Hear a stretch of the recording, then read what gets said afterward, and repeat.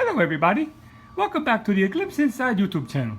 Today we are going to stick our lip out and build some shells. So come along as we join my daddy on how we get it done. Let's go! Hey guys, welcome back to the Eclipse Inside YouTube channel. Today we're going to build some very simple shells that are going to be very strong. This design's been done quite a few times on YouTube. I'm going to link down below a couple of the guys that have done it. But join us as we knock this project out this afternoon. Say hi. Thanks for joining me, guys.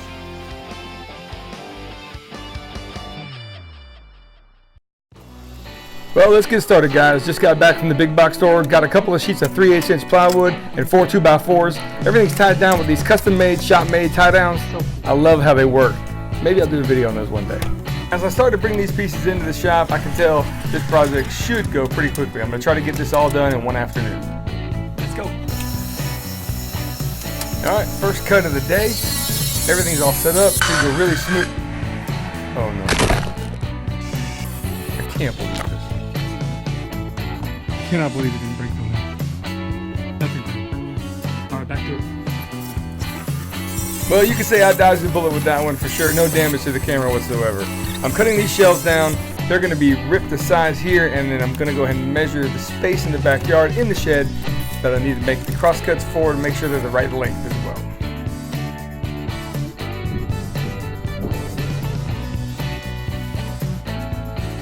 Now that I got all the shelves cut, I go ahead and line them up and make one final cut on the miter saw and trim them all to length. Now it's time to cut the 2x4s to rough dimension because I'm going to set my crosscut sled up here on the table saw with a small stop block near the back and go ahead and batch these pieces out. I cut 20 in total. This is definitely one of those projects where you kind of feel like you're on an assembly line, where you make certain pieces over and over again. Now, I'm setting up 2 2x4s here to give me the space I need that's actually going to be the width of the pieces I'm going to rip of the 3/8 inch plywoods that are going to sandwich the 2x4s to make the skeletal structure of this shelving system, if you will. As I cut those pieces in half to rough dimension, I use the same system I used for the 2x4s on the crosscut sled, and I go ahead and batch a lot of these pieces out as well.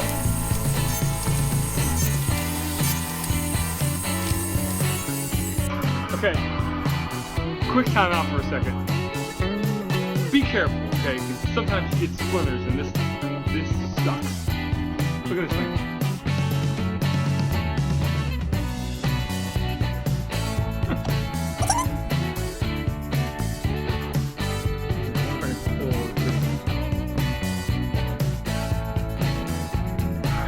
Got it. Well, now that I unnecessarily blew that way out of proportion, my kid, man, he came out today. He wanted to actually get involved, and you know, he's getting really good on this bandsaw here.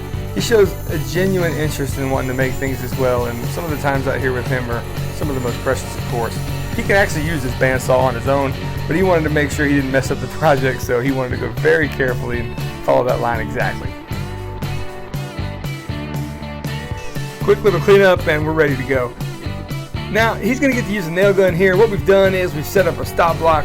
We reference that 2x4 up against it, then put a little glue, and on that 3/8 inch piece of plywood, reference that up against that stop block as well, giving us a nice flush surface. He likes using that nail gun, man. It's nothing he uses very often, but he did a great job. Thank you, buddy. Now, I go ahead and cut another piece. I cut a couple more. And I decided to draw these lines on all these pieces. There's 40 of these in total. And again, like I said, kind of like an assembly line. And to make things go a little bit faster, I've gone ahead and doubled up these pieces and made these cuts 2 at a time. And essentially lather, rinse, repeat. Put the stop block there, 2x4, 2 3/8 inch pieces of plywood. Good to go. Here's a quick bird's eye view of how it all gets done as well.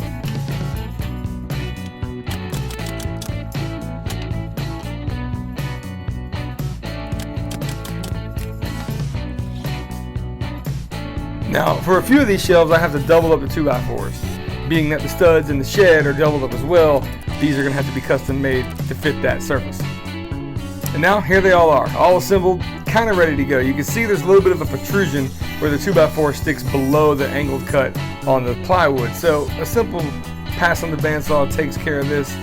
I did this I don't know, 20, 24 times, something like that. And I made 24 door stops. If you want one, let me know, I'll give you one. Well, now it's time for some assembly. I go ahead and put the first bracket up, tack it in place at a height I think is good for the top shelf. I go ahead and put the next bracket in, and I go ahead and level it across, and I'll level as I go, each one in sequential order. And I'm only using brads to tack these in place at the moment, making sure the top shelf is going to be level all with each other, and then I come back and reinforce with some screws.